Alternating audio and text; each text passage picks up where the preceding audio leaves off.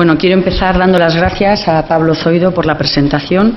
que, como decía al principio, se ha centrado más en una comparación de todos los países,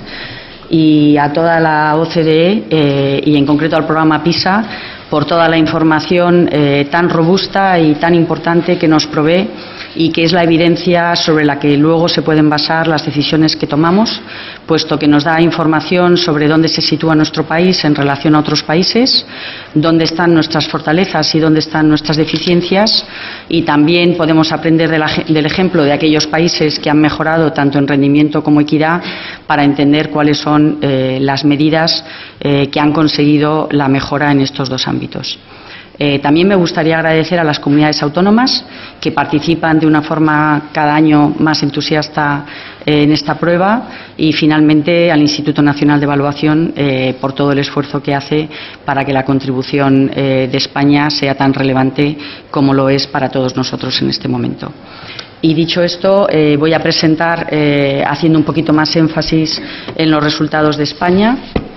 Bueno, explicar que este año se ha centrado en matemáticas. Cada año se evalúan 3 ámbitos, matemáticas, lectura y ciencias, pero cada año, la prueba se hace cada 3 años y en cada una de las ocasiones se centra en uno de estos 3 ámbitos, dándole mucho más tiempo al examen, en concreto 1 hora 20 minutos al ámbito al que se le da más importancia, que en el 2012 ha sido el ámbito de matemáticas. Y en el ámbito de lectura y ciencias se dan solamente 20 minutos, con lo cual las conclusiones son un poquito menos robustas. En España el número de estudiantes que han formado parte de la muestra ha sido de 25.313, que representa un 6,7% de la población de 15 años, que es la edad a la que se realiza la prueba. Bueno, como decía, en matemáticas es entonces el ámbito al que se ha prestado mayor importancia en PISA 2012. El resultado para España es que obtiene 484 puntos, que son 10 puntos por debajo del promedio de la OCDE, siendo esta diferencia estadísticamente significativa. Y, por lo tanto, dentro de los países de la OCDE ocupamos el puesto 25. Si hacemos la comparación con la edición anterior de PISA, donde matemáticas también fue el ámbito en el que se centró la prueba, que es el año 2003, vemos que los resultados prácticamente no se han modificado. Y, sin embargo, ha habido, como veremos más adelante, una inversión importante de recursos que, por lo tanto, no ha redundado en una mejora de los resultados.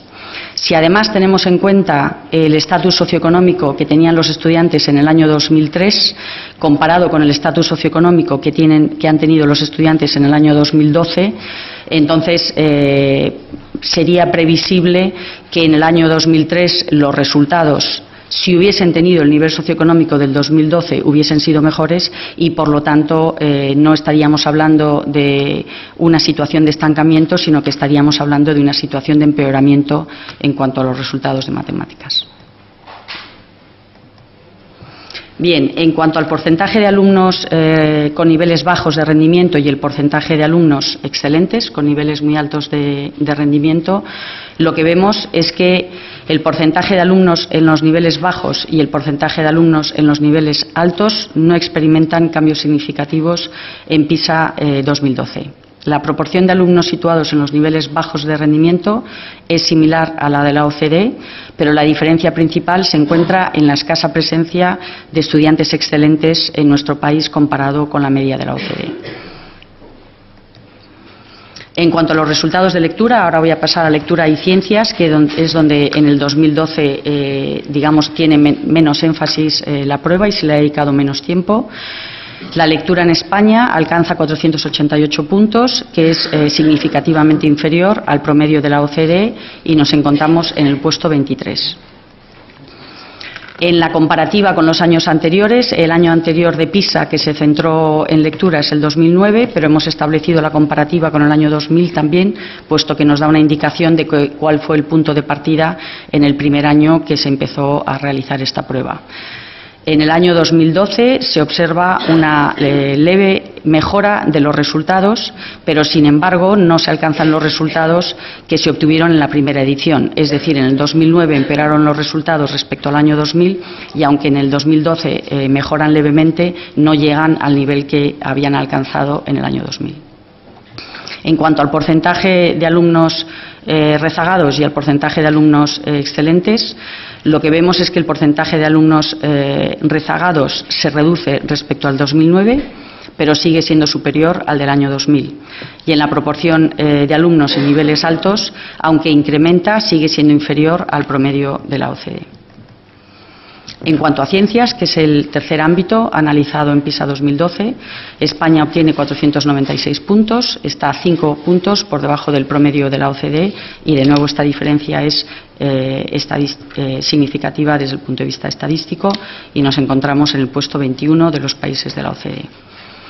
En la comparativa con los años anteriores, vemos que se mejoran levemente los resultados, puesto que ha incrementado 8 puntos respecto al 2006,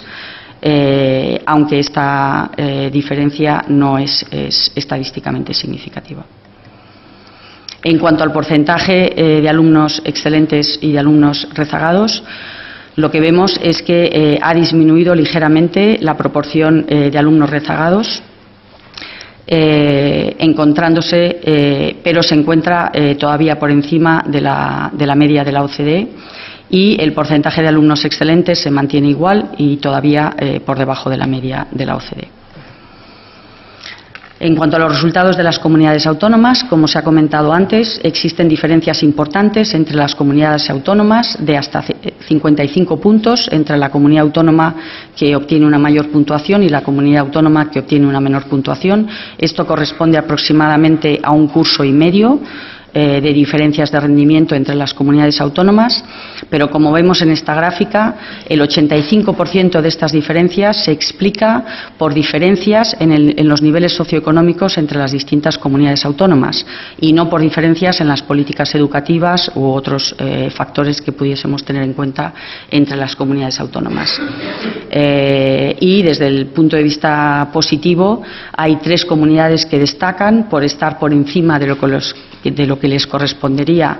de acuerdo a su nivel socioeconómico, que son Navarra, Castilla y León y La Rioja, que obtienen mejores resultados de lo que les correspondía por el nivel socioeconómico que tienen. En cuanto a la calidad y equidad del sistema educativo español, lo que vemos en la primera columna es que, como hemos dicho antes, el rendimiento en matemáticas ha empeorado y está por debajo del promedio de la OCDE. Pero lo que vemos en la última gráfica es que, mientras que en el 2003 en España el impacto del factor socioeconómico sobre el rendimiento de los alumnos estaba por debajo del impacto que tenía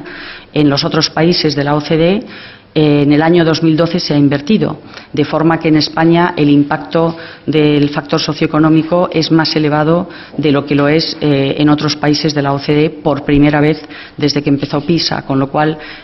tenemos un problema de equidad que no existía antes en nuestro sistema y es un factor que se ha ido deteriorando en los últimos años. En cuanto a la calidad y equidad del sistema educativo español, vemos en otro formato lo que acabo de comentar. Aquí están los países ordenados en relación al rendimiento que tienen y al impacto que tiene el entorno socioeconómico, y lo que vemos en el caso de España, que está en rojo, es que mientras que el nivel de rendimiento de los alumnos se ha mantenido estable, el factor de equidad ha empeorado, es decir, hemos pasado de estar en el cuadrante de los países con rendimiento bajo pero con elevados niveles de equidad a estar en el cuadrante con rendimiento bajo y con bajos niveles de equidad. Luego hemos empeorado en equidad habiéndonos mantenido estables en cuanto a rendimiento.